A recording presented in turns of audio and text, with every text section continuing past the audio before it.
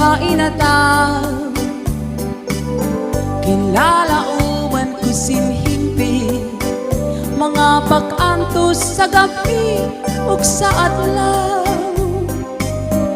Tikusan akong panambili agudig balik atong mga ginsaa. Pasitibuan akong lawas di na mag-antos saan kahidlaw. Kung mga imo iginsaan hainadaw, hainadaw ginlalauman ko sinhimpi mga pag-antos sa gabi ug sa adlaw. Tikusan akong panamili agudig balik